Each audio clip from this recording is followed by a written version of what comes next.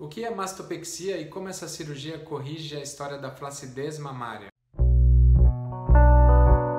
Meu nome é Lárcio Guerra, sou cirurgião plástico responsável pelo núcleo de cirurgia plástica aqui da Clínica Mantelli. E nesse vídeo eu vou explicar sobre uma das queixas mais comuns de consultório de cirurgia plástica que está relacionado à flacidez mamária. Primeiro a gente tem que entender como que acontece essa flacidez mamária. E basicamente existem três razões para isso. A primeira delas está relacionada ao próprio processo de envelhecimento. Com o passar dos anos, a forma do corpo da mulher vai se mudando e naturalmente isso acontece com as mamas também. Outra alteração que costuma acontecer está relacionado com o ganho e perda de peso de forma recorrente. Esse ganho e perda de peso, o chamado efeito sanfona, muitas vezes faz com que essa mama cresça no ganho de peso às custas de um acúmulo de gordura e depois essa mama, quando se perde o peso, ela vai diminuir por perda dessa gordura também. Lembrando que dentro da mama da paciente existe um componente de gordura e um componente de glândula. Então toda vez que tem alteração de peso, essa parte de gordura ela tende a aumentar ou diminuir.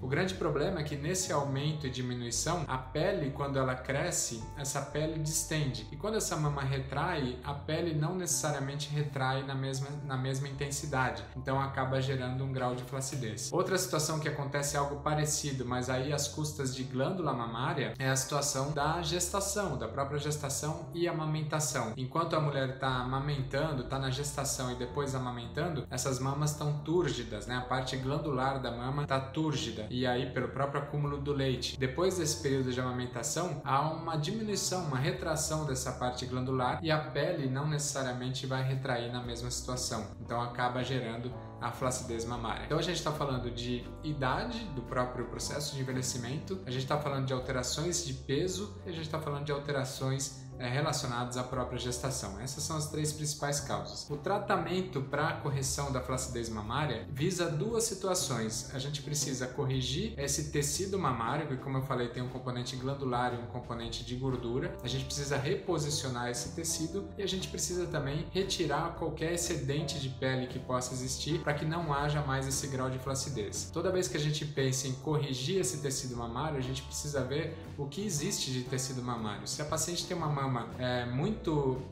além de flácida, uma mama pequena, é muito difícil a gente usar aquele tecido mamário pequeno para a gente conseguir dar uma montagem nessa mama. Aí sim, muitas vezes há necessidade da gente usar uma prótese de mama para conseguir dar o contorno, para conseguir dar principalmente esse polo superior aqui do contorno da mama da paciente. Em outras situações, se ela tiver um tecido mamário mais de uma quantidade que seja ali moderada ou até um tecido mamário uma quantidade maior, a gente pode sim trabalhar pelo próprio tecido mamário, desde que ele também tenha uma consistência mais firme, né? Não pode ser um tecido mamário grande, muito mole, que tem mais as custas de gordura. É importante que esse tecido mamário tenha uma consistência mais firme às custas da parte glandular, mas a gente consegue trabalhar com o próprio tecido mamário nessa situação de mastopexia e devolver contornos também à paciente. Então, toda vez que se fala em mastopexia, a gente está falando do ajuste do tecido mamário e retirada de pele. Ajuste do tecido mamário, se a paciente tiver mamas suficientes, a gente usa o próprio tecido mamário dela. Se ela tiver mamas muito pequenas, a gente normalmente usa uma prótese de mama para trabalhar o tecido mamário remanescente ali por cima dessa prótese. E o outro ponto está relacionado então à correção do excedente de pele. Aí vai depender também de cada situação, de como que é essa flacidez mamária. Existem graus de flacidez mamária.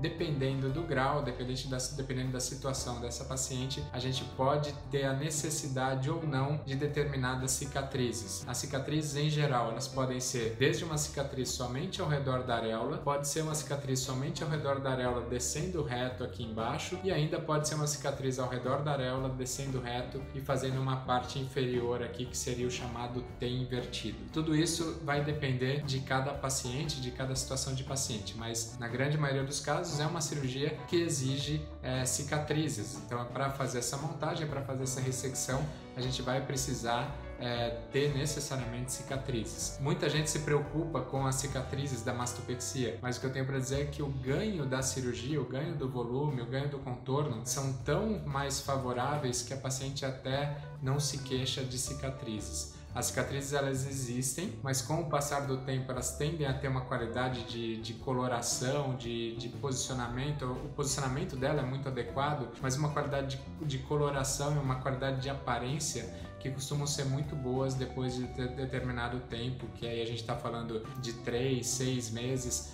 lembrando que o processo final de cicatrização vai até 1 ano. Então é algo gradativo, mas que a gente tem como oferecer cuidados ali e a paciente ter uma recuperação boa do ponto de vista dessa cicatriz. Então a mastopexia é isso, é uma cirurgia para correção de flacidez mamária, que pode ou não ser utilizada a prótese de mama, vai depender de cada caso, e que pode não necessariamente vai deixar algumas cicatrizes, sendo que essas cicatrizes, como eu falei, têm pouco impacto no ganho que essa paciente tem. As mamas no contorno corporal feminino, elas têm uma força muito grande aí com relação à autoestima, com relação à satisfação dessa paciente. Então, muitas vezes essas queixas deixam a paciente muito para baixo e a gente tem uma repercussão muito legal desse tipo de cirurgia, impactante assim, ver como que essas pacientes se sentem melhor, com a autoestima lá elevada e como que elas passam a se gostar mais ainda. Então, são cirurgias, as mastopexias são cirurgias muito comuns, né? Principalmente